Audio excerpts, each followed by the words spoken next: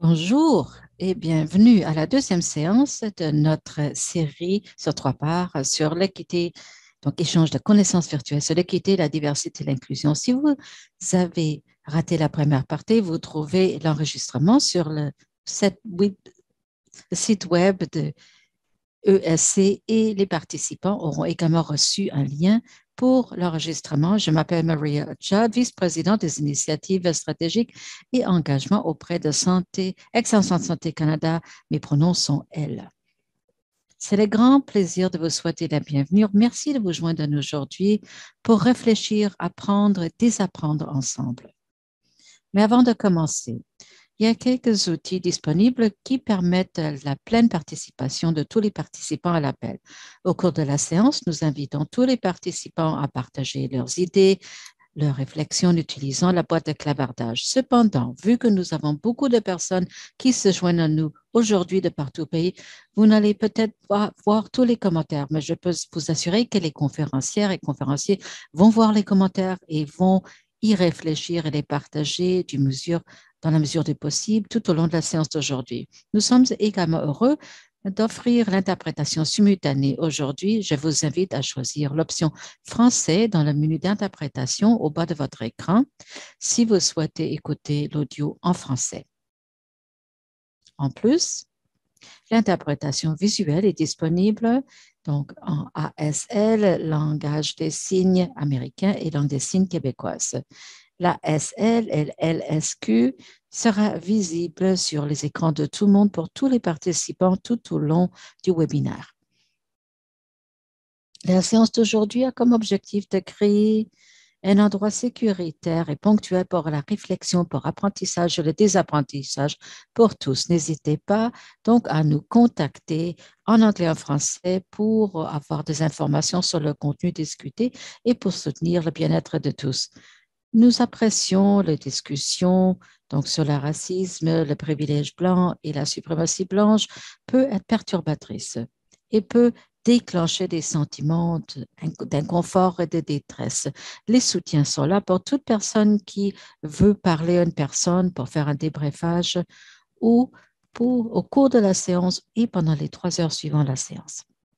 Le numéro d'appelé se trouvera dans le clavardage, c'est 1-855-529-9463. S'il y a beaucoup d'appels à ce service, on vous demandera peut-être de laisser un message dans la boîte vocale et on vous appellera à partir d'un numéro privé. Si vous avez besoin de l'aide en utilisant la SLLSQ, veuillez contacter les services de santé canadiens, notre site web. Et enfin, notez que la session sera enregistrée et cet enregistrement sera disponible par la suite. Chez Excellence en Santé Canada, nous reconnaissons que nous apprenons toujours et de façon donc toujours respectueusement auprès des organisations gouvernementales, les Inuits, les Métis et avec beaucoup d'autres organisations au pays.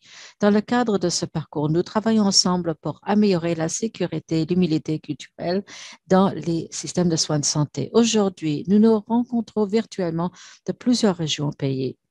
Et je tiens à reconnaître les territoires traditionnels de mon bureau domicile sur les territoires non cédés traditionnels de la nation algonquine qui est connue sous le nom d'Ottawa. Je suis reconnaissante de vivre, de travailler, de jouer ici. Il y a un grand arbre à l'extérieur de ma fenêtre qui me rappelle des enseignements que je suis reconnaissante d'avoir reçus et la présence qui dure des peuples des Inuits et Métis partout sur cette terre. Beaucoup d'entre vous vous joignez à nous de partout en Amérique du Nord. Je vous invite à prendre un moment pour réfléchir aux terres traditionnelles et les habitants originaires là où vous habitez. Si vous ne connaissez pas le territoire sur lequel vous vous trouverez et l'histoire a été donc perçue, construite, Native Land Directory est une très bonne ressource. Nous allons la mettre dans le boîte à clavardage. J'aimerais également reconnaître que cette séance a lieu au cours du mois de l'histoire noire qui nous amène à écouter, à en apprendre de la part des personnes d'origine africaine, de descendance africaine, pardon. Cette séance devrait justement être ça. C'est une opportunité pour écouter, pour réfléchir, pour apprendre, pour désapprendre. Je suis reconnaissante d'être avec ma co-hôte Denise McQuaig, une aînée et formatrice métisse.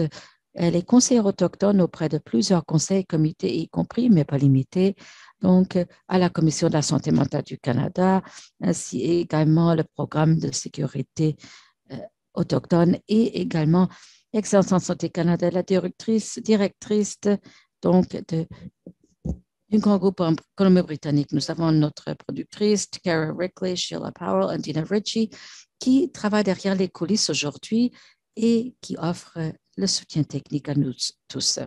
Plus de 1600 personnes se sont inscrites à la séance d'aujourd'hui et nous avons un groupe diversifié de personnes qui participent de toutes les régions du pays et même à l'échelle internationale qui représentent beaucoup de voix et d'expériences dans le secteur de la santé et d'autres secteurs. Maintenant, j'aimerais vous parler un petit peu donc, de l'Excellence en santé Canada, qui est votre hôte. Nous sommes une nouvelle organisation avec un point de mire sur l'amélioration des soins de la santé avec et pour tous au Canada. Nous avons été lancés au printemps 2021. Donc, ESC rassemble l'Institut de la sécurité des patients et la Fondation canadienne pour l'amélioration des soins de santé. Récemment, nous avons lancé notre première stratégie élaborée avec la participation de plus de 1100 personnes partout au pays. Ceci tient compte de ce que signifie l'excellence en santé pour cette personne, les enjeux qui nous importent le plus et comment nous pouvons aider. Ensemble, notre objectif consiste à façonner un avenir où tout le monde au Canada peut compter sur des soins de santé de haute qualité et sécuritaire. Notre stratégie met l'accent sur l'amélioration des soins près des aînés qui ont des besoins de santé sociaux, également améliorer les soins à domicile avec une transition sécuritaire et nous assurer que nous apprenons et nous améliorons les soins de santé tout au long de cette pandémie.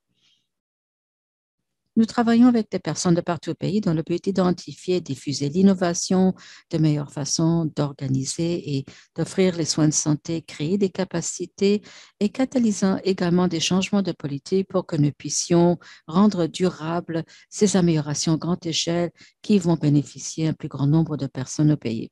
Je vous invite à regarder notre site web et nos stratégies et de vous joindre à nous dans notre travail de façonner un avenir où tout le monde au Canada peut compter sur les soins de santé sécuritaires et de haute qualité. Donc, notre approche pour favoriser une base de compréhension d'équité, diversité, inclusion est un parcours continu d'apprentissage et de désapprentissage.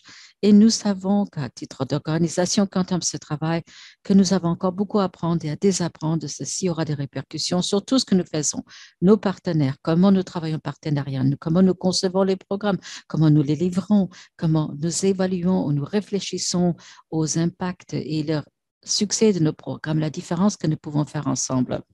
Alors que nous passons à travers ce parcours d'apprentissage, veuillez vous joindre à nous. Et nous cherchons tous à nous assurer que cette approche soit axée sur les données probantes, tient compte de l'apprentissage et les gestes qu'on pose partout au pays et qui tiendra compte également de l'apprentissage émergent et la réflexion. Je suis reconnaissante à Denise et donc d'avoir co-présidé le groupe consultatif qui a co-conceptualisé de cette séance aujourd'hui, de cette série et de co-présider la séance d'aujourd'hui. Je vais maintenant lui passer la parole. À vous, Denise. Merci, Maria. C'est un honneur pour moi d'être là aujourd'hui. Je tenais à reconnaître le groupe consultatif et également donc l'échange de connaissances virtuelles sur l'équité, la diversité et l'inclusion. Les personnes que vous voyez nommées ici à l'écran ont des connaissances sur le système de santé, ont une expérience vécue et représentent également des établissements de santé à travers du pays et les conseils provinciaux de qualité. Et on peut nous aider à offrir des orientations et des idées pour créer cet échange de connaissances. C'est la séance de deux parties à laquelle nous participons en ce moment et une troisième est prévue pour le mois de mars.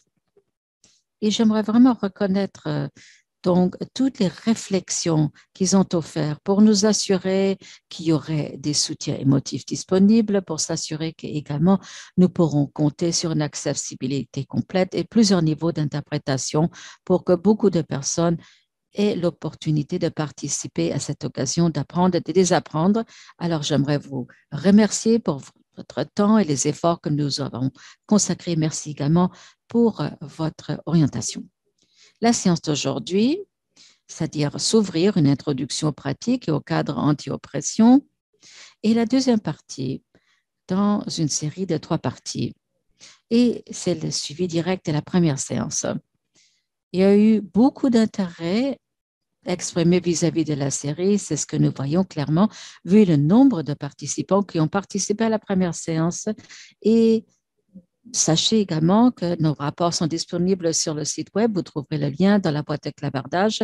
Et à titre de membre inscrit de cette série d'apprentissage, vous auriez dû également recevoir un lien donc un courriel avec les liens. Il y a beaucoup de concepts qui avaient été communiqués à la première séance. Il y en a un qui m'interpellait particulièrement. C'est le concept de la libération collective, c'est-à-dire ce que nous apprenons, désapprenons est bon pour tous. Et certainement, ceci m'a amené à prendre pause et de réfléchir à ma vie et à mon expérience de privilège et savoir comment je pourrais utiliser ceci pour être allié pour d'autres. Donc, j'accueille avec plaisir ce parcours d'apprentissage que nous allons entamer ensemble au cours de la séance. Encore une fois, j'ai le grand plaisir de pouvoir présenter les conférenciers aujourd'hui, Ed Connors et Stephanie Nixon. Ed est Mohawk et également ancêtre d'Irlande. Il travaille depuis 82. Il travaille comme psychologue dans les centres urbains ruraux. Son travail comprend la consultation et la formation communautaire pour venir en aide aux Premières Nations dans l'élaboration des programmes de justice historique. Stephanie Nixon est professeure titulaire dans le département de la physiothérapie dans la Lynham Public School of Health à l'Université de Toronto. Elle a complété son doctorat dans la santé publique en 2006 à l'Université de Toronto et un postdoctorat à l'Université de KwaZulu-Natal en Afrique du Sud en 2008. Elle a organisé des modèles sur le modèle de pièces avec plus de 100 personnes, y compris les universités, les hôpitaux, les organisations communautaires et les actions professionnelles partout au Canada et à l'échelle internationale. Maintenant, j'aimerais passer la parole à Stéphanie et Ed. Ed va donc nous amener à travers le début de ce programme avec une séance qui saura déclencher des discussions et nous amènera à réfléchir. À vous, Ed. Merci, Denise. Megwetch, merci pour cette présentation. Et j'aimerais souhaiter la bienvenue à toutes et tous qui se joignent à nous à ces rassemblements pour ces enseignements et les personnes qui nouvellement se joignent à nous. Et pour cette raison, j'aimerais me présenter et dire quelques mots sur moi en plus de ce que Denise a dit. Mon nom, c'est également, je suis Mohawk, je viens donc des ancêtres irlandais, je viens de Mohawk, Ganawag et du temps de la ville de Mont-Royal, du clan du Loup. Ça, c'était mon clan de Ganawagé. Alors, j'aimerais partager ceci avec vous. Comme ma mère était née à Ganawagé et mon père a grandi dans la ville de Montréal, je dis souvent donc que je viens de 2 côtés de la rivière. Les 2 côtés du fleuve, ça veut dire le fleuve Saint-Laurent et ensuite de 2 mondes différents, des points de vue différents sur le monde. Souvent, les gens aujourd'hui ne reconnaissent pas que nous sommes composés de beaucoup de différences. Le Créateur nous a fait comme cela. Et le Créateur a nous créé avec ces différences, avec un objectif positif. Et finalement, nous, les êtres humains, devons savoir comment ensuite reconnaître et honorer et respecter ces différences et en plus de trouver pourquoi nous avons des communalités, comme pourquoi nous sommes les mêmes comme êtres humains, qu'est-ce qui peut nous réunir. Et finalement, c'est ce que j'appelle un processus d'établissement de paix. Donc, dans ces enseignements que nous allons partager avec vous, où c'est tout à fait fondamental, il y a le concept d'établir la paix. Comment en arriver à un lieu de reconnaître des différences que nous avons, les honorer, les respecter, mais en même temps sous cette couche, trouver la fondation de ce que nous avons comme être humain en commun, qui ensuite peut nous unir dans un lieu de paix. Mes parents se sont connus, sont tombés amoureux et ils sont passés par le processus que j'appelle création de la paix, c'est-à-dire l'amour. C'était vraiment l'amour et on m'a donné la vie. Par conséquent, de ces vécus qui provenaient du fait qu'ils s'aimaient et qui partageaient pendant de longues années, plus de 50 ans, en fait, presque 70 ans. Lorsque ma mère est décédée récemment, en 98, mon père a 90 ans. Et j'ai eu cette expérience et c'est l'origine de mes enseignements, à savoir de comprendre pourquoi il est que nous pouvons vivre en harmonie. Ce que je vais partager avec vous maintenant est quelque chose que j'enseigne dans le cadre de ces renseignements, c'est-à-dire il faut honorer, respecter toutes nos différences. Et je vous invite à explorer davantage certaines des différences qui existent dans mon monde et dans le monde de nos peuples autochtones. C'est pour cette raison que je vais faire la prière que je vais partager avec vous, ou qu'on appelle parfois l'allocution de gratitude. Et je l'ai dit tous les jours lorsque je commence ma journée, qui me permet de me donner l'état d'esprit, qui me permet de remercier et de reconnaître et dire merci pour tout ce qu'on nous a donné. Et moi, j'appelle ça parfois donc la prière de la gratitude. Je vais vous montrer des diapos. Vous allez voir des diapos qui vont accompagner mes mots alors que je vais prononcer ces réflexions. Et je vous invite également à réfléchir à ces pensées dans vos propres esprits alors que nous sommes ensemble ici dans cette session. Et vous allez voir des visuels, des images, et ça nous amène à la pensée dont je viens de vous parler. C'est-à-dire, nous sommes tous différents, cependant nous sommes pareils. Voilà la prière que je vous offre. C'est une offrande de gratitude au Créateur. Et c'est comme ça que nous le disons dans le monde autochtone. Beaucoup de nos peuples, la plupart, le prononcent et disent que la première chose que nous devons faire lorsque commençons tout, et c'est ce que nous faisons lorsque nous donnons des enseignements, c'est dire merci, donc donner gratitude pour la vie que nous avons et donner également, remercier plutôt le Créateur et ensuite offrir donc des mots de gratitude pour tout ce qui nous permet de vivre. Alors nous nous réunissons comme un seul et nous voyons par le biais de deux yeux. Donc il y a un œil, c'est-à-dire une grande famille humaine. Et je dis ces mots et je les partagerai avec vous.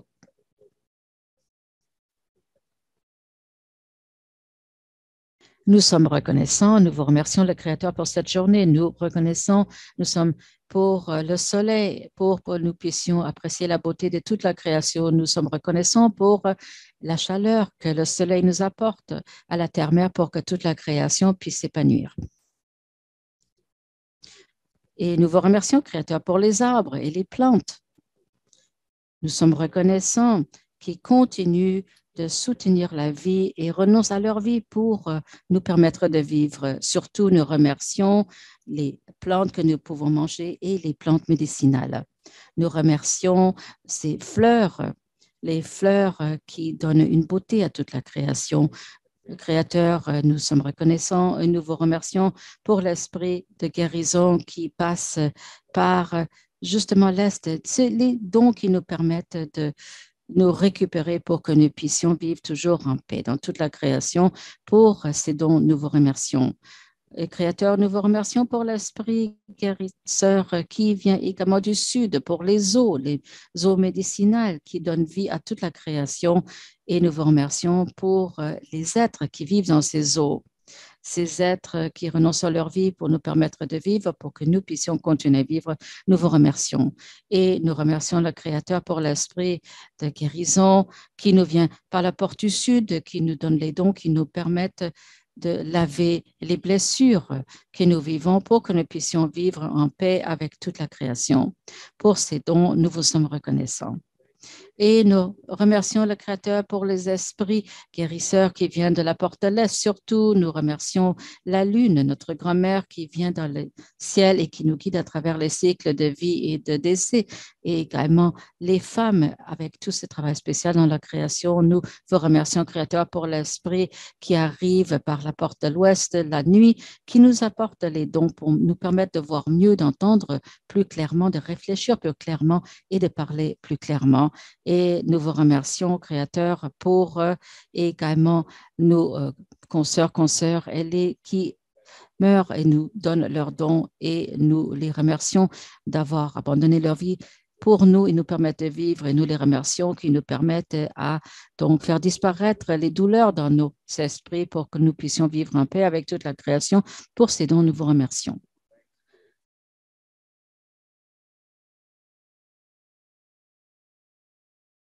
Nous remercions également l'ours qui nous aide dans notre parcours de guérison. Nous remercions le Créateur pour les animaux à quatre pattes qui nous aident à apprendre, qui nous donnent leurs enseignements et qui nous aident à soutenir nos vies. Nous sommes également reconnaissants envers le Créateur pour la porte du Nord qui nous permet de surmonter les difficultés de la vie et de devenir plus forts et de meilleurs êtres humains. Nous sommes reconnaissants et nous disons Miigwech. Nous sommes reconnaissants et nous disons merci au Créateur pour le soin qu'il apporte à nos vies. Malgré nos erreurs, le Créateur continue de nous enseigner les leçons avec son amour inconditionnel. Et nous sommes reconnaissants et nous disons Miigwech. Nous remercions l'esprit de guérison. Nous sommes reconnaissants pour les eaux qui nous sont apportées pour guérir et pour soutenir nos vies et pour ainsi soutenir nos vies. Nous remercions le Créateur pour les quatre vents qui apportent tous les bienfaits des quatre saisons et l'air que nous respirons de manière à continuer de vivre. Pour ces dons, nous le remercions.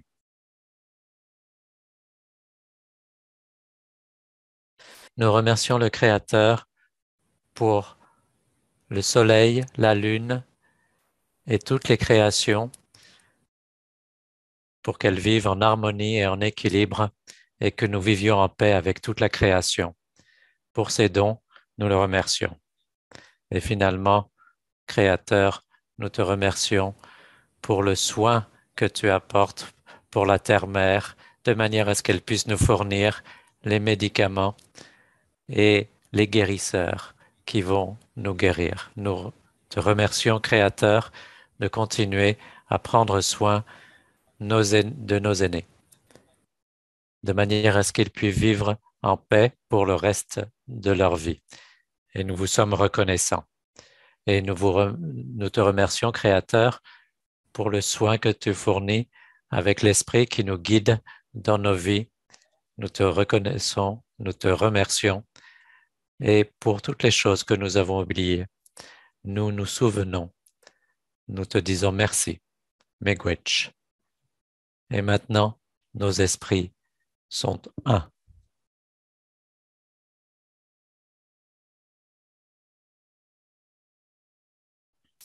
Avec ces réflexions en tête et ces esprits qui ne sont qu'un, je vous encourage maintenant à former un lien virtuel entre vous tous et nous sommes très nombreux ici rassemblés pour cet apprentissage et nous voulons vous donner la possibilité de nous dire d'où vous êtes de manière à ce que nous puissions tous identifier les liens que nous partageons dans cet apprentissage.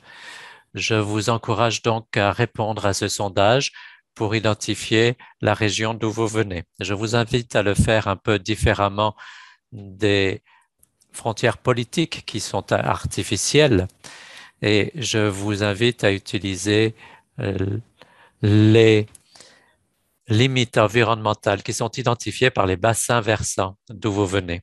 Le premier de ces bassins versants, c'est celui de l'Arctique.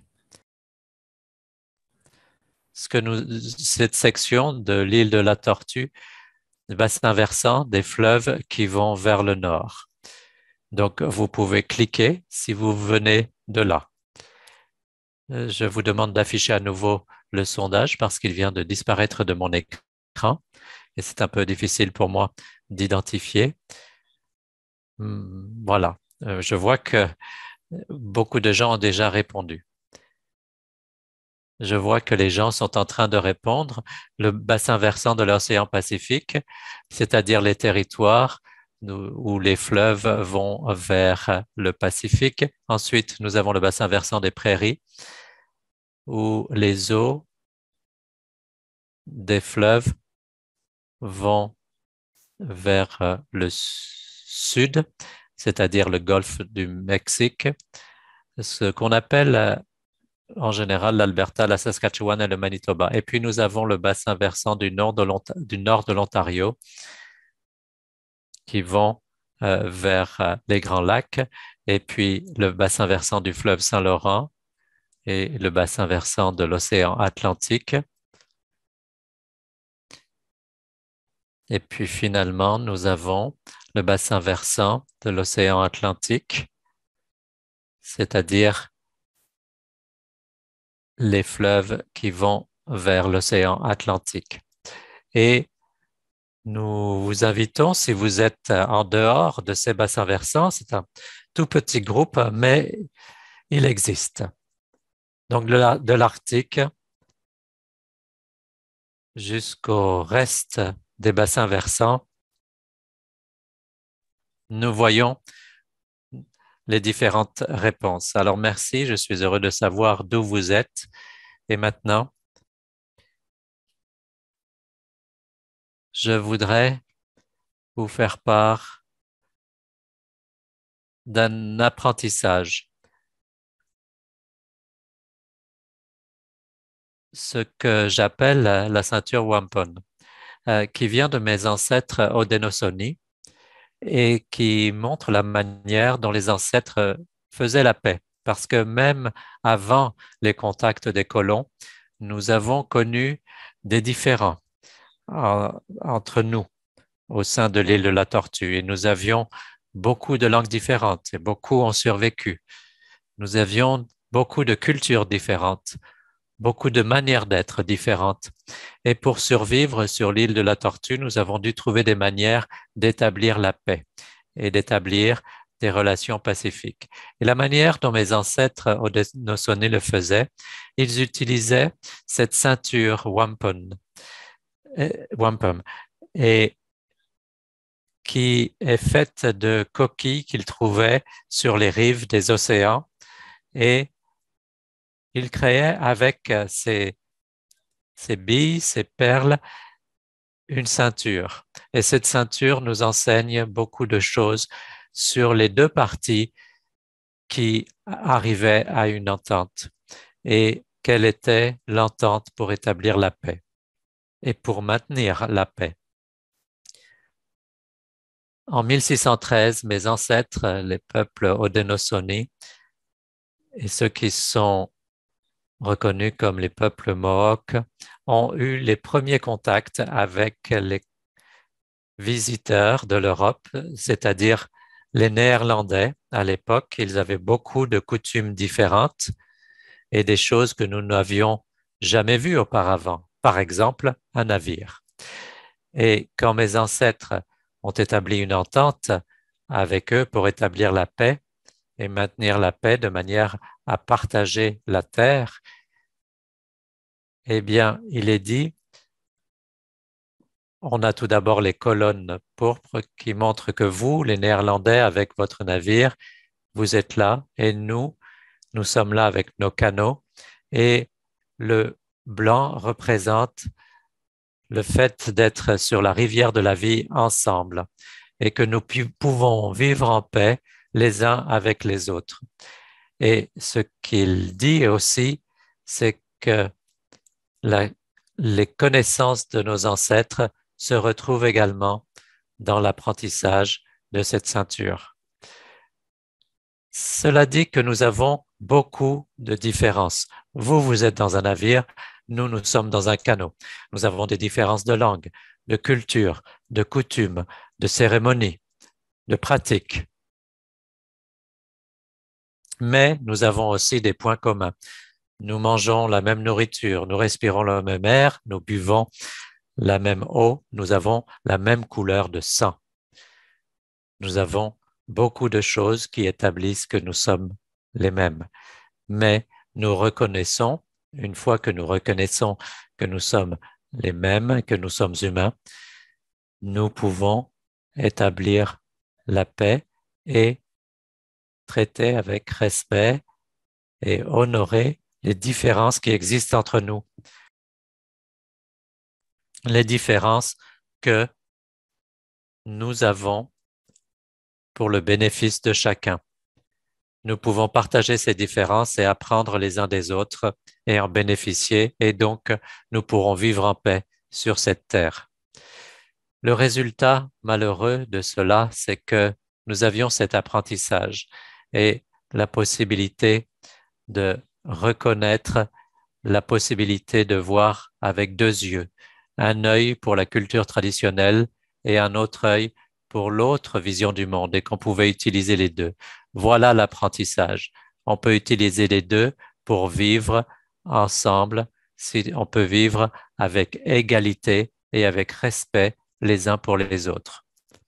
Voilà ce qui était dans cet apprentissage. Malheureusement, la pensée néerlandaise était différente et nous l'avons appris avec le temps parce que ce qu'ils ont écrit dans leur traité de paix ne parlait pas d'égalité, mais parlait d'inégalité. Que nous étions en quelque sorte leurs enfants et qu'ils devaient s'occuper de nous. Leur point de vue était un point de vue dominant par rapport à nous, plutôt que de comprendre l'égalité. Aujourd'hui, cet apprentissage, cet enseignement existe toujours. Cet enseignement restera tant que les fleuves et les rivières couleront et tant que le soleil brillera. Aujourd'hui, il faut nous mettre au défi, continuer pour mettre en œuvre ce sur quoi nous nous sommes mis d'accord. Et je partage cet enseignement avec le respect de votre enseignement et le respect de vos croyances et convictions. Je ne dis pas que ceci est la seule manière, mais je vous invite à prendre en compte mes réflexions et à entrer dans un dialogue avec les autres sur les réflexions dont nous allons entendre parler aujourd'hui. Donc voilà, merci. Et je donne maintenant la parole à mon amie Stéphanie.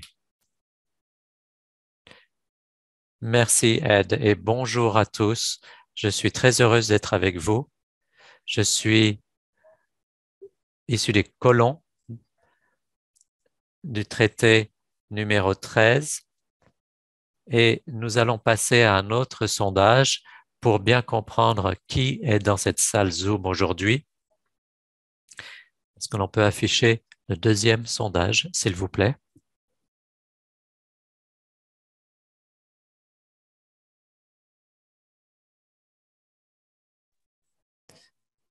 Alors, peut-être qu'on va faire le deuxième sondage. Ce que ce deuxième sondage nous demande, c'est si vous avez déjà participé à notre première séance qui a eu lieu le 13 janvier. Ça, c'est la première option. Ou la deuxième option, vous n'étiez pas présent en direct, mais vous avez regardé l'enregistrement de l'atelier du 13 janvier.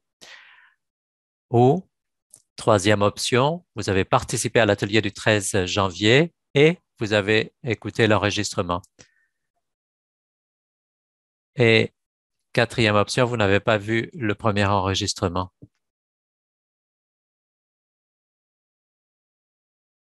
Nous sommes intéressés par les résultats du sondage pour voir qui est ici Et d'après ce que je vois, d'après les résultats, nous avons beaucoup de monde qui a déjà participé à la séance du 13 janvier.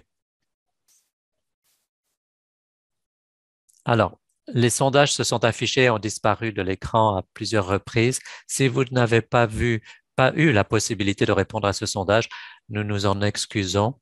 Nous ferons de notre mieux pour que le sondage reste affiché plus longtemps la prochaine fois. Ce que nous avons appris de ce sondage, c'est que certains d'entre vous étaient là au cours de la première séance, d'autres ont regardé l'enregistrement et beaucoup d'entre vous n'avaient pas encore vu l'enregistrement du 13 janvier, mais le regarderont peut-être. Et ça, c'est encourageant pour nous. Ed, je crois que nous avons planifié le bon atelier ici et nous voulons tout d'abord vous offrir un rappel des messages clés que nous vous avons transmis au cours du dernier atelier. Je dois vous dire que la rétroaction était très claire après cette première séance. Vous nous avez dit que vous voulez continuer sur ce parcours d'apprentissage et de désapprentissage et que vous voulez passer des informations aux actes. Vous voulez appliquer ces informations. La question principale, c'est comment? Comment intégrer ce que nous avons appris?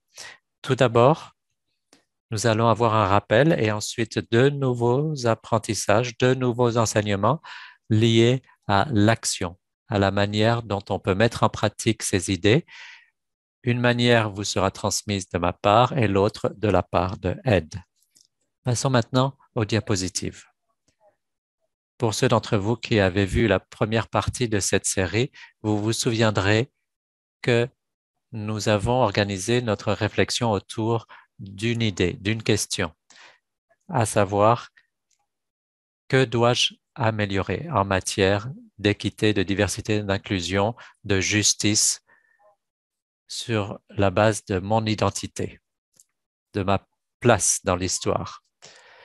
Et nous avons répondu à cette question en utilisant un cadre basé sur la métaphore d'une médaille.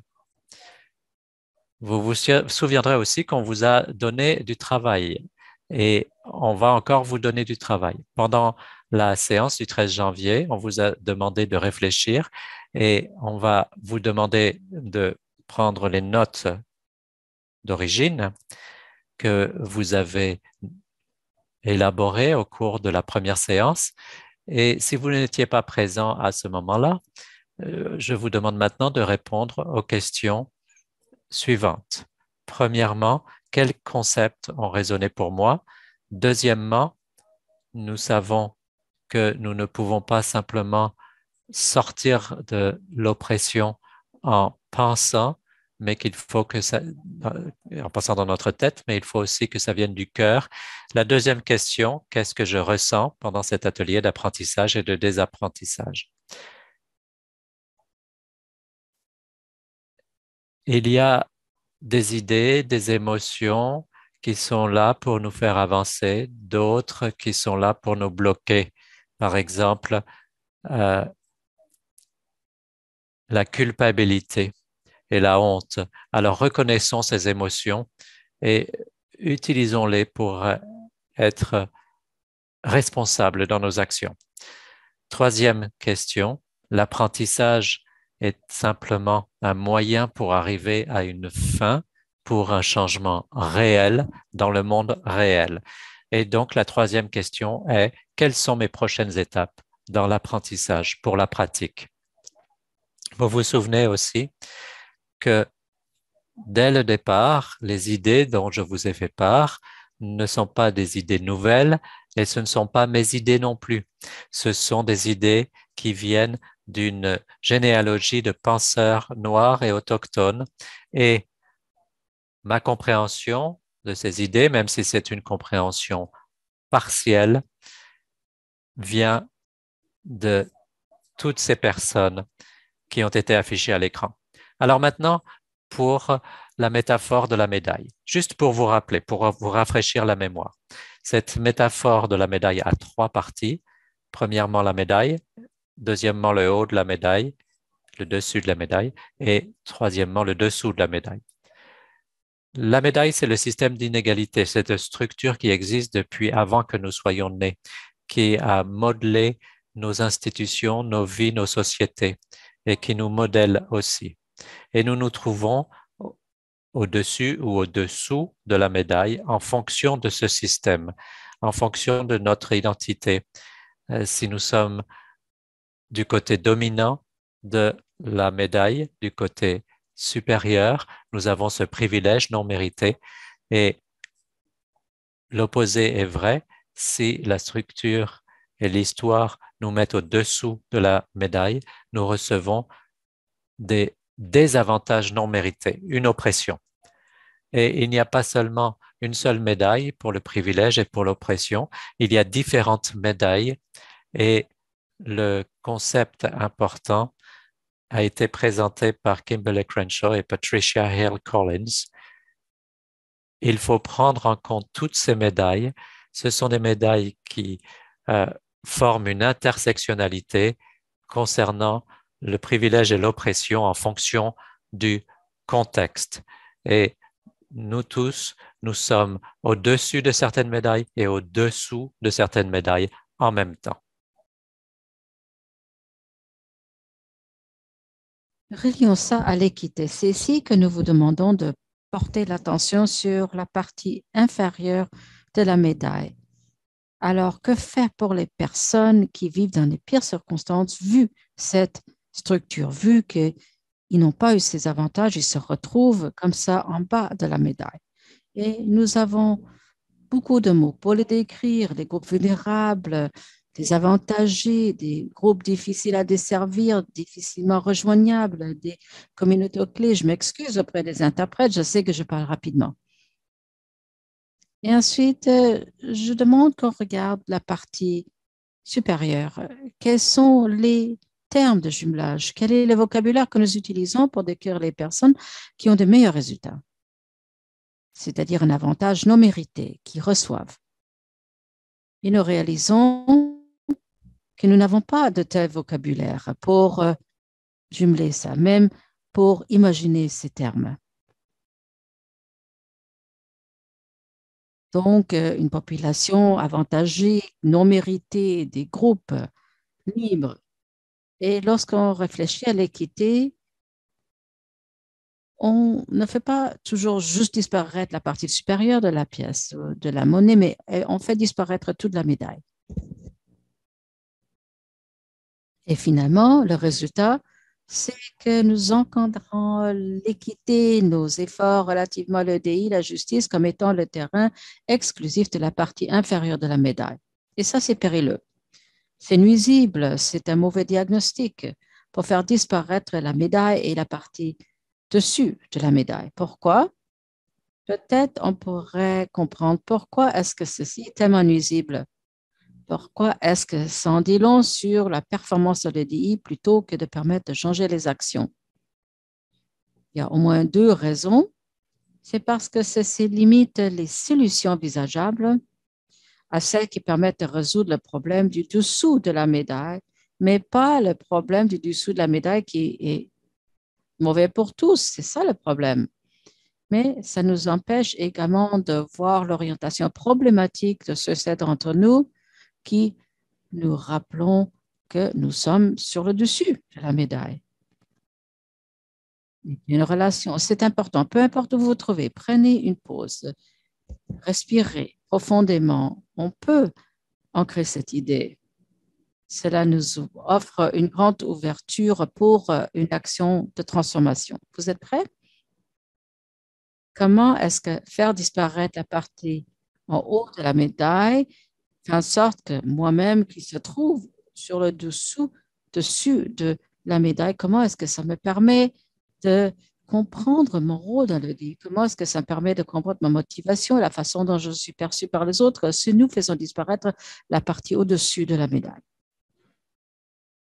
Cela me permet d'être en dehors de la page pour me voir comme étant neutre, comme si je n'avais aucun lien, comme si ma motivation était toujours altruiste, généreuse. Mais que suis-je réellement lorsque je suis au-dessus? Je ne suis pas neutre. Je suis complicite. Je fais partie de ce système d'inégalité. Il n'y a pas moyen de se sortir de ces médailles. Il n'y a pas de neutralité lorsque vous êtes sur la partie de dessus. Vous êtes socialisé pour reproduire cela jusqu'à ce que nous arrêtions, jusqu'à ce qu'on puisse le percevoir et voir des façons dont on peut interrompre cette complicité. Pas juste pour les personnes sur la partie dessous, mais pour tous, parce que c'est une libération collective, comme on a déjà entendu ici. Ça, c'est la pièce qui nous représente tous, la médaille. Alors, quel est notre rôle pour les personnes qui se trouvent sur la partie dessus? Il faut que nous nous mobilisions partout à travers la médaille, en solidarité avec les personnes qui se trouvent en dessous. Donc, contribuer nos avantages uniques dont nous bénéficions lorsque nous sommes sur la partie au-dessus, c'est-à-dire notre pouvoir, la sécurité, c'est-à-dire ce qui nous a été donné, l'espace dans lequel nous pouvons œuvrer, donc ces ayants droit dont nous bénéficions. Et comment? Par quels moyens peut-on mobiliser la solidarité collective? Si nous pouvons voir comment fonctionne ce système d'inégalité, ce sont les mêmes opportunités qu'on peut saisir pour renverser ceci. Donc, il y a 3 niveaux interreliés, c'est-à-dire le plan institutionnel, le plan interpersonnel et surtout le plan interne. Donc, deuxième question, comment est-ce que vous ressentez alors que je fais ce travail? Je dois me mettre à l'affût de ce qui se produit. Et ensuite, on regardera plusieurs médailles. Et revenons sur la médaille du racisme et des colons. Vous savez, je vous ai dit que j'ai découvert que lorsque j'avais 28 ans, j'étais blanche. Je ne comprenais pas du tout le racisme comme une structure. Je me disais que ça n'arrivait chez les mauvaises personnes, les méchants.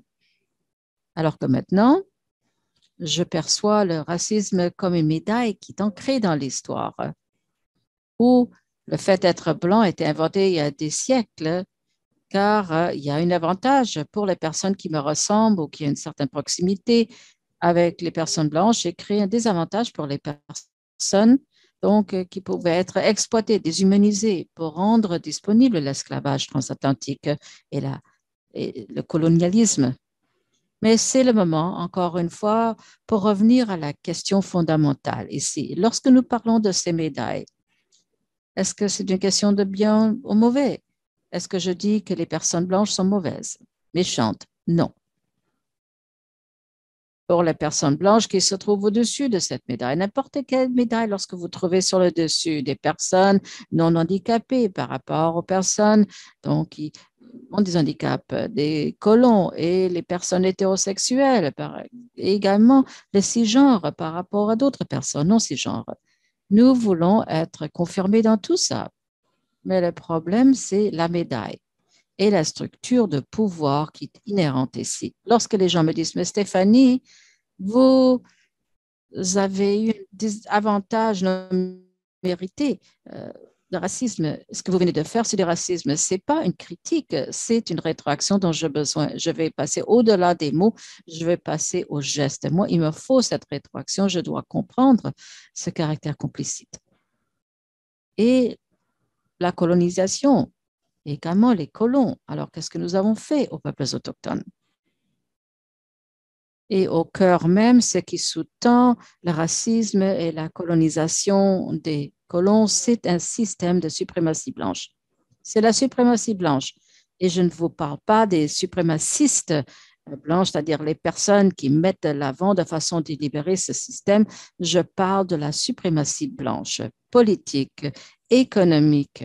C'est un système qui a façonné notre pays, nos institutions et nous-mêmes d'ailleurs, et dans lequel les personnes blanches, de façon disproportionnée, détiennent le pouvoir et les ressources, qui aient des idées conscientes et inconscientes de la supériorité blanche, c'est-à-dire c'est la norme de défaut. Et comment ces relations sont mises en œuvre.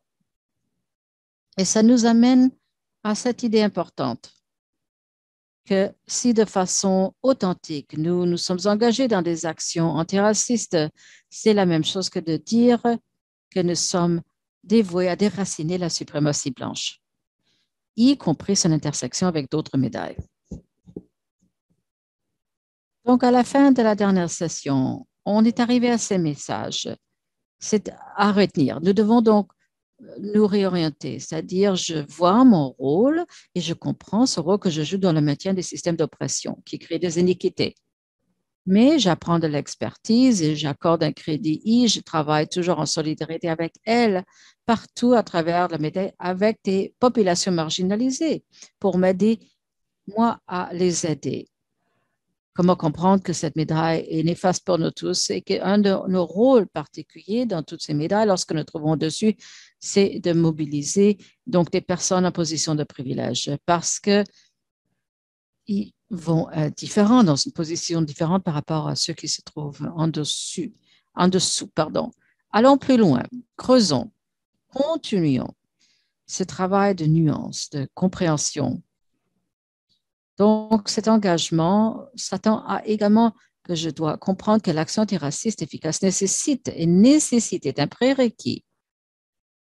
Donc, anticolonialiste, c'est que je nomme, que j'interrompe et déracine la suprématie blanche et les modèles coloniaux persistants. Et de plus, et pour toute personne qui travaille en EDI, écoutez bien. Et on va plus loin. Et je comprends que cette logique s'étend au travail global des EDI, qui doit résister à la norme de diversification dans le monde blanc. Vous savez, on ne s'interroge pas sur ceci, on fait tout ce travail dans le EDI sans jamais s'interroger, et plutôt on cherche à déraciner la blancheur comme structure de pouvoir qui s'ajoute si insidieusement aux autres médailles, avec toutes les autres médailles qui nous préoccupent. Donc tout ceci veut dire que je dois me mobiliser dans une action collective sous la direction des gens, c'est-à-dire les leaders qui mènent la lutte, qui nous permettent de défaire ces médailles et démanteler les systèmes d'iniquité. Donc, créons un échafaudage. Comment passer à l'action? Comment est-ce que l'influence de la suprématie blanche et de la colonisation se reflète-t-elle dans nos actions? Comment pouvons-nous comprendre ceci mieux pour qu'on puisse percevoir et ensuite agir? Comment est-ce qu'on peut naviguer différemment dans ce monde pour que ceci soit aligné sur nos engagements? Alors, on veut lancer une activité que Ed et moi avons créée avec Lana James, notre grande collaboratrice, et nous l'avons créée à partir d'un outil formidable du professeur Barnard Hesse qui s'appelle The Eight White Identities. Je vous pose la question, comment est-ce que nos actions sont reliées, donc soit à maintenir ou à démanteler l'identité blanche comme structure de pouvoir? Et on peut se demander les actions de qui? Donc ici, dans cet exercice, on s'adresse à tous parce que nous avons tous la possibilité de maintenir ou démanteler la suprématie blanche. Nous avons tous été socialisés par ces concepts, mais c'est surtout pour les collègues aujourd'hui qui sont blancs. Pour toutes les personnes ici qui nous trouvons dans cette salle Zoom, qui faisons ce travail spécial, nous sommes blancs, nous sommes au-dessus de la médaille. Écoutez bien, si vous êtes là, écoutez bien. Tout d'abord, j'aimerais vous offrir l'idée de deux polarités. Donc, à un axe, on va nommer quelques noms. J'appellerais ça les blancs dominants. Ce sont les personnes qui, de façon délibérée, explicite, essaient de mettre de l'avant donc le fait d'être blanc comme structure de pouvoir. C'est ce qu'on appellerait comme des personnes qui sont des suprémacistes blanches. J'imagine que si vous êtes dans la science aujourd'hui, c'est pas vous. C'est presque personne avec lesquelles j'ai des interactions dans le monde de la santé ou des services sociaux, mais de l'autre côté, c'est-à-dire la blancheur transformée, c'est l'autre pôle, c'est-à-dire une façon d'être future encore imaginée où nous avons collectivement déconstruit et défait le pouvoir conféré aux hiérarchies raciales. Le travail anti-oppression, c'est une question d'imagination, donc blancheur transformée, c'est un avenir formidable que nous visons.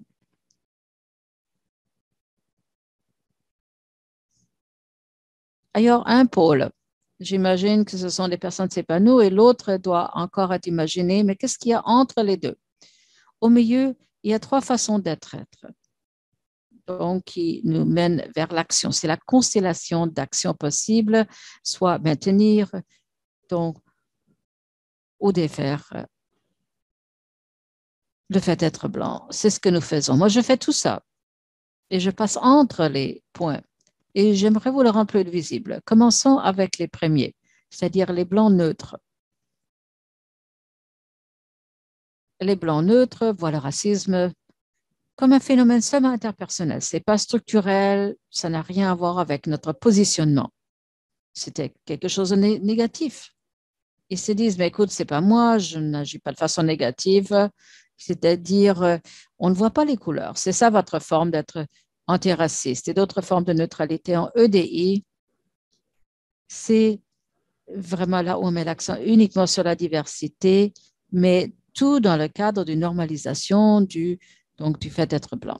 Dans la structure, lorsque nous sommes dans cet espace, toutes les actions passent vers la justice sans toutefois avoir vu ou nommé donc les blancs comme un centre de pouvoir. Comment est-ce qu'on va le voir? La blancheur, c'est lorsque quelqu'un donne par exemple des rétroactions sur quelque chose qu'il vient de faire et dit c'est raciste. Et une réaction, on se dit mais non, mais c'est pas possible, cette personne ne peut pas être raciste. Et on entend des mots comme non, non, elle ferait jamais ça, c'est une très bonne personne. C'est-à-dire, il faut découpler le bien et le mal. Ou c'est une mauvaise compréhension, on se dit mais non, mais c'était jamais ses intentions, jamais elle ferait ça. Il y a des analyses plus nuancées, on se dit ben voilà, non, il faut recentrer notre focus. Donc, comme médecin, nous sommes neutres, juste, mais sur une analyse plus détaillée, il faut défaire la notion de neutralité, déboulonner cette notion lorsqu'il s'agit de ces médailles. Et qu'en est-il des blancs polis? C'est lorsque nous adoptons des actions, nous sommes engagés dans une action antiracisme, mais nous le faisons de manière qui n'est pas vraiment quelque chose de générationnel. C'est pas ça du tout démanteler la médaille, mais on le fait pour les personnes racisées. Et c'est ça notre orientation. Nous voulons être compensés et nous voulons être perçus comme le faisant. Souvent, nous cherchons une validation des personnes racisées pour ces actions antiracistes. Et souvent, dans cette approche, nous valorisons donc le confort par rapport à la justice. Lorsque les choses deviennent difficiles, il y a conflit, il est facile pour nous de fuir. Et nous allons commettre des erreurs lorsque c'est le cas, lorsqu'on reçoit ces critiques, ces rétroactions. Pour nous, ce n'est pas un don, plutôt on voit ça comme une attaque personnelle et un manque de gratitude. Alors, allons plus loin. Nous tentons d'adopter des actions, nous sommes courageux, nous sortons de notre zone de confort, nous perturbons, ensuite nous recevons des rétroactions qui disent que nous venons de faire est à côté de la plaque, c'était raciste. On s'est dit, oh boy, maintenant, quoi faire? Eh bien, les blancs polis, mais nous avons l'impression que nous venons de faire quelque chose de risqué, de courageux, nous voulons être honorés. Et lorsqu'on nous dit que non, on vient d'empirer la situation, ça mène à un sentiment de manque de gratitude. Et pourquoi est-ce que c'est problématique? Et c'est l'orientation, n'est-ce pas? On fait pour quelque chose. C'est ça l'orientation, c'est-à-dire nous sentons que nous devons être récompensés, être remerciés pour ça. Et cela crée un fardeau pour les personnes racisées qui doivent donc répondre à ces sentiments. Et souvent, des personnes comme moi vont quitter parce que je me sens sous-appréciée, ça ne vaut pas la peine de m'y lancer. Donc, la question ici, c'est est-ce que je dois le faire, mais c'est à quel moment? C'est-à-dire, moi, je vais faire la chose. Et j'essaie de passer à un changement de comportement pour les blancs acteurs de changement. Que sont les blancs acteurs de changement? C'est toute la constellation des actions qui donc s'attaquent à la blancheur comme structure de pouvoir, qui essaie d'interrompre, c'est ce qu'appelle Barney-Hesse, qui appelle donc la blancheur qui parle à la blancheur. On comprend que ce n'est pas juste une médaille, c'est toutes les médailles et ne permet pas à la blancheur comme structure de pouvoir de se affermir de façon sédueuse alors que nous aurons réussi à l'atténuer. C'est reconnaître que ces médailles viennent de quelque part. Ça a été créé par des personnes en dessous, au-dessus. Cependant, le fardeau est imposé aux personnes en dessous. Donc, les Blancs acteurs de changement, ce sont toutes les actions des personnes blanches qui s'y attaquent, qui prennent une partie du fardeau, du risque pour faire le travail de démanteler la médaille.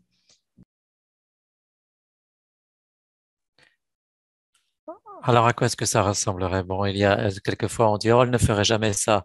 Elle est une bonne personne. Oui, c'est vrai, elle est une bonne personne, mais ce n'est pas le sujet. Oh, c'est un malentendu. Elle ne voudrait jamais causer du mal. Et le blanc acteur de changement dirait, je suis sûr qu'elle ne voulait pas faire de mal, mais nous devons nous concentrer sur les conséquences de ses actions. Et de manière humble, la question de la neutralité, il est médecin, donc il est objectif, neutre et juste, mais le blanc acteur de changement dirait, je pensais aussi comme ça avant, mais j'apprends qu'il n'existe pas de neutralité quand il est question de racisme. Et donc, le blanc acteur de changement pose des gestes et cette rétroaction qui est donnée par le blanc acteur de changement montre qu'une ouverture peut se faire et avoir une confiance avec la personne qui vient de donner cette rétroaction et de reconnaître son erreur. Alors on sait que dans ce parcours, on sait que le 1 est mauvais, mais on ne veut pas être non plus au 2 ou au 3. On ne veut pas être un blanc neutre ou un blanc poli. On veut aller vers les actions qui sont alignées avec celles des acteurs de changement. Et je vais terminer avec une petite histoire que j'ai apprise de la docteure Marcia Anderson, qui est une médecin autochtone. Et on a cette équipe de football où on veut arriver à la victoire, c'est-à-dire accomplir la justice. Et on a des personnes qui les croient, qui sont des entraves. Et à gauche, on a les hauts, les petits ronds, qui sont les personnes au-dessous de la médaille. Et je vais utiliser en violet les personnes au-dessus de la médaille. Alors, où est-ce que nous, au-dessus de la médaille, nous retrouvons dans cette métaphore? Nous sommes structurés pour être dans l'équipe des X. Nous sommes des entraves pour arriver à la justice. Où est-ce que nous voulons aller? Nous voulons faire partie de l'équipe des cercles, des ronds. Et nous ne voulons pas prendre le ballon du leader qui est en un petit cercle rose. Nous voulons aider. Mais le problème, c'est que nous devons utiliser notre pouvoir pour aider ces cercles à passer. Le problème, quelquefois, c'est que il n'y a pas seulement un X qui représente un obstacle, il y a de multiples X qui empêchent d'accomplir la justice. Alors que ce qu'on veut, ce sur quoi on veut s'acheminer, c'est de faire partie d'un collectif, un collectif de haut qui travaille et en solidarité pour arriver à la victoire. Quels sont les comportements qui vont avec les X? Ce ne sont pas seulement les blancs dominants, mais aussi toutes les occasions où nos actions sont alignées à celles des blancs neutres et des blancs polis. Et alors que si nous sommes les cercles, nos actions sont alignées aux blancs acteurs de changement. Donc, nous vous donnons un moment maintenant pour respirer, réfléchir et répondre à la question quels sont les concepts qui ont résonné pour moi? Qu'est-ce que je ressens? Quelles sont les émotions que je ressens? Et quelles sont les étapes que vous pouvez mettre en œuvre dans l'apprentissage par la pratique. Je vous laisse 1 minute ou 2 pour y réfléchir.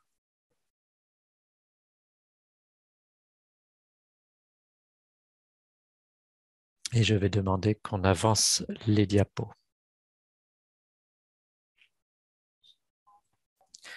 Alors, nous passons maintenant au deuxième enseignement. Nous réfléchissons aux diverses façons dont l'esprit colonisé se reflète dans l'action. Et maintenant, nous réfléchissons aux conséquences sur les autochtones. Comment la colonisation a-t-elle influencé la vision de soi des autochtones? Et quelles seraient les leçons pour nous des différents côtés de la médaille? Donc, à vous, Ed. Merci, Stephanie. Alors, je vais continuer l'histoire par rapport à l'endroit où je l'ai laissé, à la lumière des enseignements de Stephanie, et je vais continuer mon histoire. Je m'étais arrêté à la colonisation et à l'expérience de 1613 de mes ancêtres de Nosoni et la ceinture Wampum, où ils ont voulu établir un traité de paix et partager le territoire et toutes ses ressources. Et j'ai terminé en disant que c'était une question d'égalité, d'honorer, de respecter les différences qui existent entre nous, mais aussi et surtout reconnaître les points communs qui font de nous tous des êtres humains et qui nous permettent de partager la Terre en paix. Mais ce qui s'est passé à partir de 1613 et ce qu'on a vu, c'est que les ancêtres ont pu apprendre à lire les langues qui étaient écrites et se sont rendus compte que les perceptions et les réflexions des colons étaient que nous étions inférieurs. Et cela amène au problème que nous connaissons avec la médaille et les inégalités que représentent les médailles et l'impact de la colonisation pour les personnes qui sont d'ascendance autochtone dans un grand nombre de territoires sur cette planète. Et en particulier, ce qui s'est passé dans l'histoire que je vous ai contée, c'est que ces concepts d'inégalité et l'expérience de la colonisation ont amené à des changements dans la relation entre les peuples autochtones et les colons.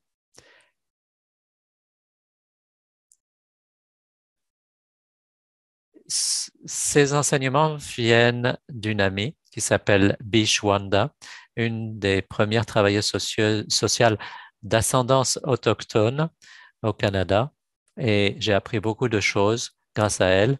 C'est une de mes aînées. Et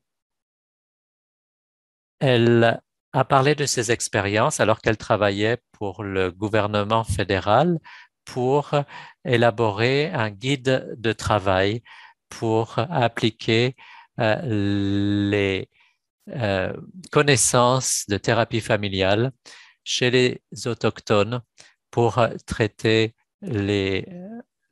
ou pour traiter les patients dans des centres de dépendance et pour aider les gens à guérir des impacts de la colonisation. Et quand elle a créé ce manuel, elle a eu la possibilité de s'entretenir avec de nombreuses familles d'ascendance autochtone au pays pour parler de leurs expériences de la colonisation. Et elle a compris que les gens s'étaient adaptés aux expériences de la colonisation pour survivre. Et les impacts de la colonisation sur leurs identités étaient une manière de voir comment la colonisation fonctionne pour changer la manière dont les peuples autochtones se voient et font en sorte que les peuples autochtones ne savent plus qui ils sont. et ne savent plus d'où ils viennent. À partir de là, B a élaboré une manière de réfléchir après cette expérience de contact et d'entrevue concernant l'adaptation et la survie. Elle a identifié un certain nombre d'identités et elle a partagé ça avec les gens. Elle a dit que ce n'était pas pour donner une étiquette aux gens, mais simplement pour comprendre quels ont été les impacts de la colonisation sur nos peuples autochtones, dans la manière dont nous nous connaissons, dont nous connaissons les autres, dont nous voyons la création et le créateur. Et tout ce que j'ai mentionné dans mon allocution de gratitude, tout cela avait été remis en question dans la manière dont on voyait le monde vu par les Blancs ou la manière de penser des suprémacistes blancs. Alors la première identité a été l'identité perdue. C'est une identité qu'elle a identifiée, c'est-à-dire des gens qui ne savent plus qui ils sont, qui ne savent plus quelle est leur vie, d'où ils viennent, et ils ont beaucoup de difficultés à envisager quoi que ce soit qui leur donne de l'espoir. Ce sont des gens qui se sont déconnectés de la manière de penser autochtone et donc ils ont une identité perdue. Et ceux qui sont le plus à risque de perdre leur vie ou d'avoir une vie difficile et une vie courte et d'arriver à une mort prématurée, ce qu'on appelle en général le suicide.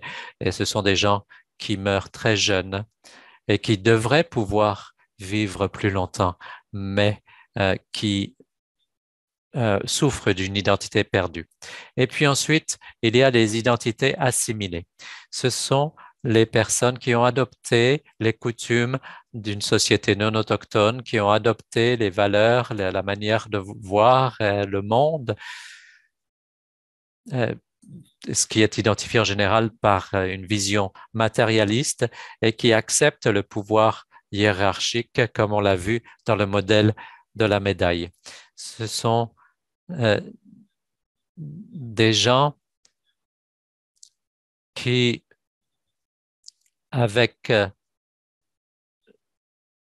qui ont tendance à voir de haut et avec condescendance leurs familles qui sont restées dans les coutumes autochtones. Ils acceptent la manière de vivre des Blancs. Ensuite, les identités autochtones récupérées. Ce sont les gens qui sont en quelque sorte des personnes nouvellement indiennes, nouvellement autochtonisées en quelque sorte. Bien sûr, on ne parle plus d'Indiens maintenant, on parle d'Autochtones, mais à l'époque, quand Bee travaillait, c'était en quelque sorte les nouveaux Indiens, ceux qui voulaient récupérer et réapprenaient la philosophie et la culture et la vision du monde. Ils voulaient savoir qui ils étaient, ils voulaient savoir d'où ils venaient. Et avec cette possibilité de renouer avec leurs racines, ils ont la capacité de penser à un avenir empreint d'espoir et vivre une vie plus longue. Et ça, ce sont les personnes qui, en faisant cela, se retrouvent un peu entre deux mondes. Souvent, on pourrait dire un pied dans le navire, un pied dans le canot, et qui ne savent pas très bien où ils sont dans la vie. Et quelquefois, ils imposent leurs valeurs, leurs nouvelles valeurs sur les autres. Et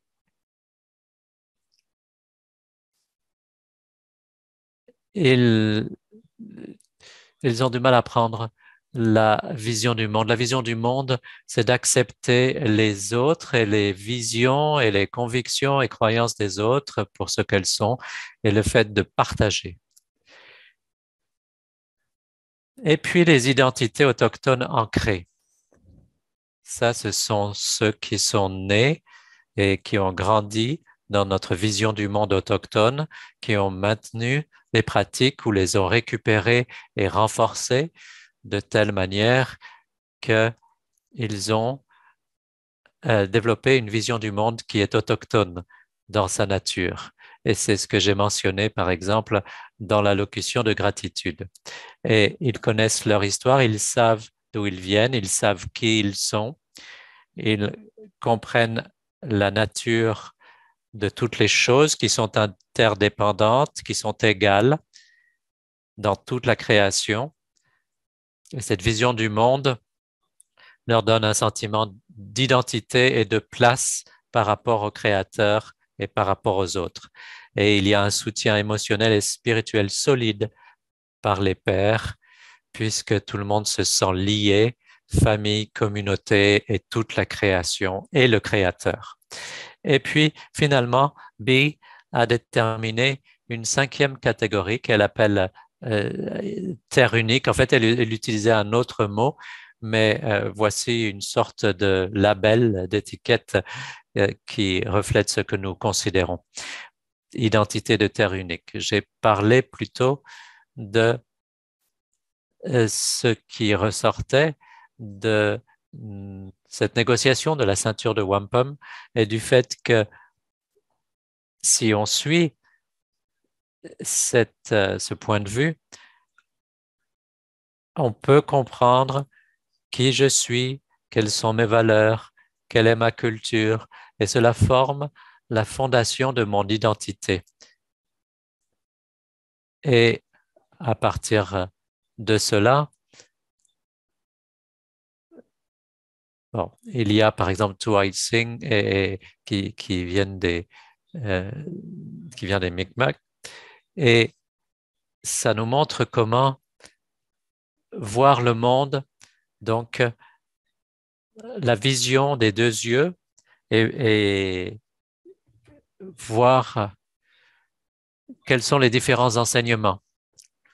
Et à partir de là, avec ces deux yeux, on peut comprendre la création, le créateur et toutes les relations. Et en faisant cela, on peut améliorer la vie. Et c'est ce que le créateur voulait que nous fassions. Et de trouver une manière de créer une réelle paix dans le monde où l'on peut vivre avec égalité les uns par rapport aux autres et avec le Créateur. Voilà une vision d'espoir pour l'avenir. Donc, voilà les réflexions que je voulais vous faire. Les peuples autochtones qui ont connu la colonisation et où nous sommes maintenant, où nous avons appris et nous pouvons aller de l'avant. Et je vous ai déjà montré ceci la dernière fois. C'est une photo qui m'a été donnée par un de mes aînés avant qu'il ne décède. Et voilà cette vision empreinte d'espoir dont j'ai parlé. Il s'agit en fait du fait que les enfants peuvent nous enseigner à voir. Nous, en tant qu'adultes, en tant que parents, la première chose qu'on a tendance à leur enseigner en relation avec les autres, c'est de bien s'entendre avec les autres et d'avoir de bonnes relations avec les autres. Et si vous regardez les enfants, ils le font naturellement, sans enseignement. En fait, il n'est même pas nécessaire d'intervenir pour qu'ils le fassent. Mais ce qui se passe quand le temps passe, c'est que nous commençons à mettre dans la tête des enfants des manières de penser et on a tendance à montrer les différences qu'on voit avec les autres personnes. Souvent, d'ailleurs, ce sont les adultes qui projettent leur vue et leur vision du monde aux enfants. Alors que l'aîné qui m'a donné cette photo m'a dit que les enfants ne voient pas le monde aussi divisé que nous le voyons en tant qu'adultes. Le monde réel, c'est un monde sans frontières. Donc, je vous ai encouragé dès le début à nous dire d'où vous venez, non pas en fonction des frontières entre les provinces, mais plutôt des terres qui nous unissent. Alors voilà, je vous laisse avec ces réflexions alors que vous allez progresser dans votre cheminement pour comprendre réellement ce qu'est la diversité, l'équité et l'inclusion, ce qui, au bout du compte, pour moi, est le fait d'établir la paix. Merci et je crois que je rends la parole à Stephanie. Et merci, Ed, pour cet enseignement très profond. Et le moment est venu maintenant pour vous tous de réfléchir. L'atelier qui est important, c'est celui qui est dans votre tête et dans votre cœur. Vous avez maintenant la possibilité de vous poser la question. Qu'est-ce que j'ai appris? Qu'est-ce que je devais apprendre ou désapprendre aujourd'hui? Et on voit de très beaux messages d'ailleurs qui sont envoyés par le biais de la fonction de clavardage où les gens ont été inspirés par les réflexions de Ed et également mentionnent également ce qu'ils ont appris avec la métaphore de la médaille. Et maintenant, passons à notre troisième sondage qui nous demande, qui nous dit, j'ai désappris quelque chose aujourd'hui. Oui, non ou je ne sais pas. Une partie importante de ce travail, ce n'est pas d'acquérir seulement de nouvelles connaissances, mais de déraciner les hypothèses, les visions du monde qu'on avait et donc de désapprendre. Pourrait-on voir les résultats, s'il vous plaît? Et beaucoup de oui, quelques non et les je ne sais pas. Et c'est très bien, c'est très beau. C'est empreint d'humilité et ça montre qu'il faut continuer de réfléchir. Passons au prochain sondage, s'il vous plaît.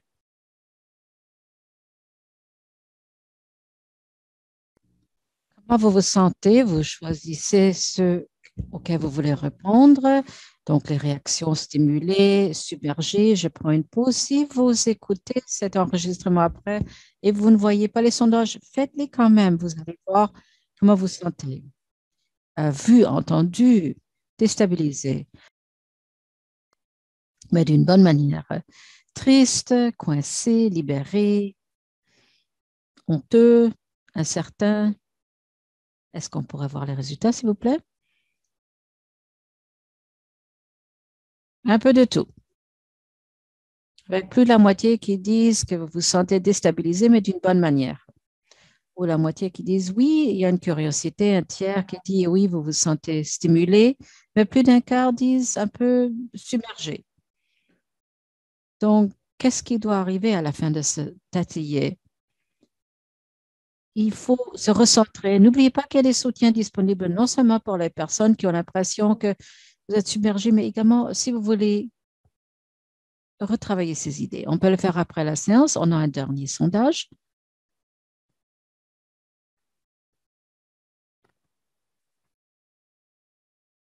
Il s'agit des étapes concrètes, c'est-à-dire j'ai défini les prochaines étapes concrètes que je suivrai.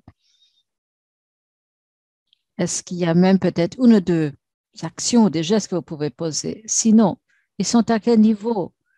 C'est une invitation de vous rappeler qu'il faut agir à différents niveaux de l'interne. Donc, apprendre, désapprendre, le travail corporel, spirituel et également à l'échelle de l'interpersonnel, comment nous traitons les uns des autres. Quels sont les gestes que nous posons dans ce cas-ci? Ça peut dire de façon immédiate, instantanée, pour redistribuer les ressources, de l'argent, déplacer de l'argent, redistribuer le pouvoir. Et à l'échelle institutionnelle, qui est reliée aux politiques, processus, pouvoir. Vous choisissez les points qui vous intéressent, mais nous passons vers des réponses où vous allez choisir chacun de ces points. Vous dites, j'ai tellement de gestes que j'ai l'intention de poser. Je peux tout faire. Alors, regardons les résultats, s'il vous plaît. La plupart se trouvent à l'échelle interne.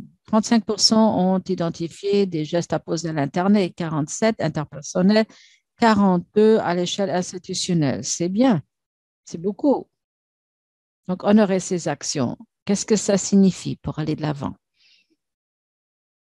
Nous sommes tellement reconnaissants pour le temps que vous nous avez consacré, l'écoute, vos sagesses, vos mots de sagesse et les soins. Merci, je suis heureuse de repasser la parole à nos paroles qui aident à l'Excellence en Santé Canada d'en arriver à la conclusion avant que Ed ne revienne. Merci. Merci beaucoup, Stéphanie et Ed. Je réfléchis vraiment à la très belle formulation de vos questions, c'est-à-dire quelles sont mes idées, comment est-ce que je me ressens et quelles sont les prochaines étapes. Chose qui m'interpelle particulièrement, alors que j'ai une carrière de 25 ans, j'ai essayé de changer l'institution des établissements de soins de secteur du point de vue culturel, c'est-à-dire comment j'ai évité d'utiliser le mot racisme. On a focalisé sur la sécurité culturelle. Pour moi, c'est comment je me ressens comme patiente autochtone lorsqu'il y a un préjudice non conscient et le racisme systématique me rendent mal à l'aise. Mais souvent, dans nos formulaires de plainte, dans le système de soins de santé et dans les évaluations des programmes, un espace disponible où je peux identifier si oui ou non ma sécurité culturelle ou le racisme que j'ai vécu a un impact sur mon parcours, c'est-à-dire recevoir les soins de santé. Et ça m'a amené à réfléchir que souvent dans un atelier, j'entendrai peut-être ce commentaire que vous avez fait sur les blancs neutres. Je ne vois pas la couleur. Moi, je traite tous mes patients de la même manière. La réponse à ce commentaire a toujours été que oui, vous voulez que je me traite ma pneumonie de la même façon, mais vous n'avez pas reconnu que je suis une femme métisse, je suis une femme autochtone. Si vous ne le faites pas, vous m'avez rendu invisible. Et maintenant, vous m'avez réduit vraiment juste à la somme de toutes ces composantes. Et c'est le fait d'être invisible qui me fait sentir non sécuritaire culturellement.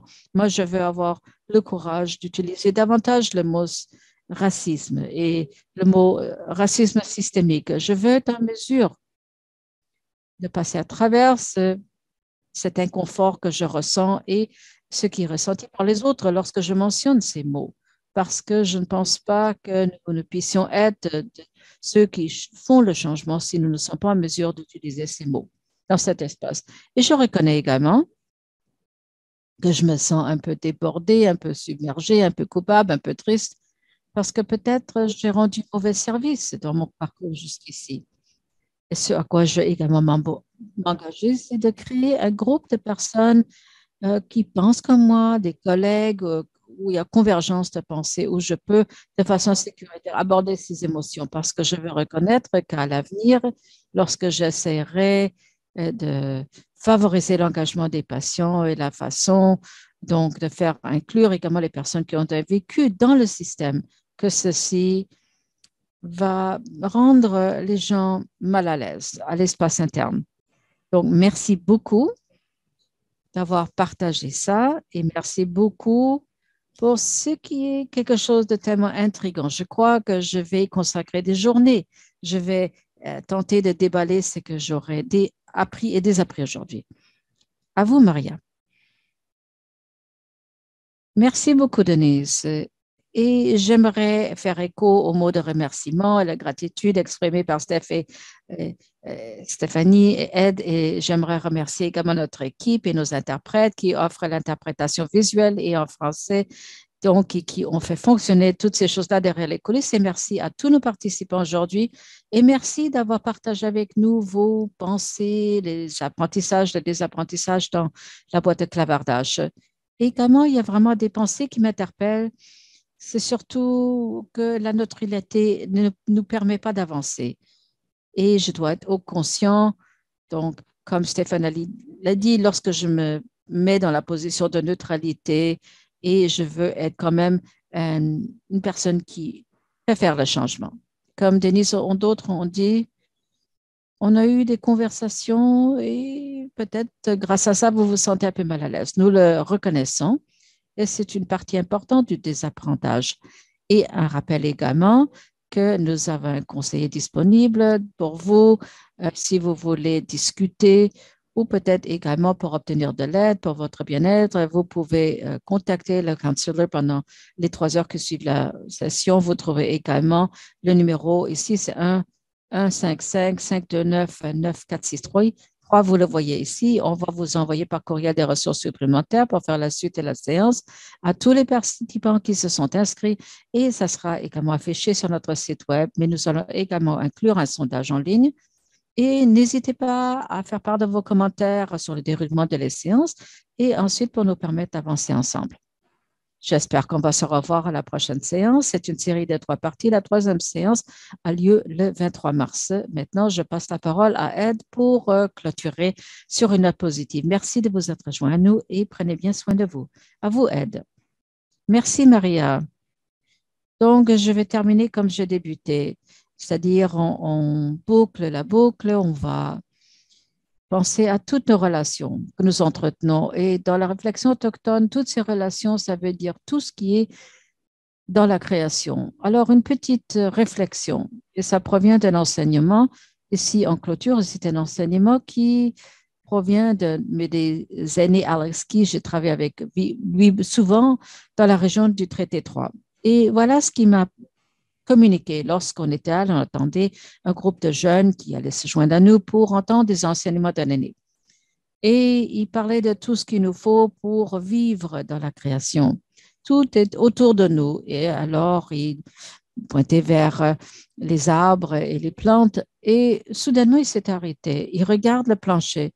Et je suivais son regard vers le plancher. Voilà une fourmi, une toute petite fourmi qui était dans la cercle de chaises que nous avions installées et autour de notre grand tambour. Et cette toute petite fourmi faisait un cercle autour du tambour. Je suivais ses yeux. Il me dit, tu vois, cette fourmi me dit, voilà, c'est mon frère. Et je le regardais, j'ai pris pause et il s'est arrêté. Il a dit, oui, c'est mon frère. Il n'est pas plus grand que moi et je ne suis pas plus grand que lui. Nous sommes frères. Ensuite, il m'a dit, encore une fois, lorsque nous pouvons avoir cet esprit, nous comprendrons comment créer la paix sur cette terre-mère. Alors, je vous laisse avec cette pensée pour clôturer ce que nous avons dit ici. J'espère que ceci déclenchera davantage de réflexion, de dialogue sur ces idées que nous vous avons communiquées aujourd'hui. Donc, Miigwech, merci, Créateur. Nous vous remercions pour cette journée aujourd'hui. Et donc, bonne chance et bonne santé à tout le monde. Merci beaucoup, Miigwech.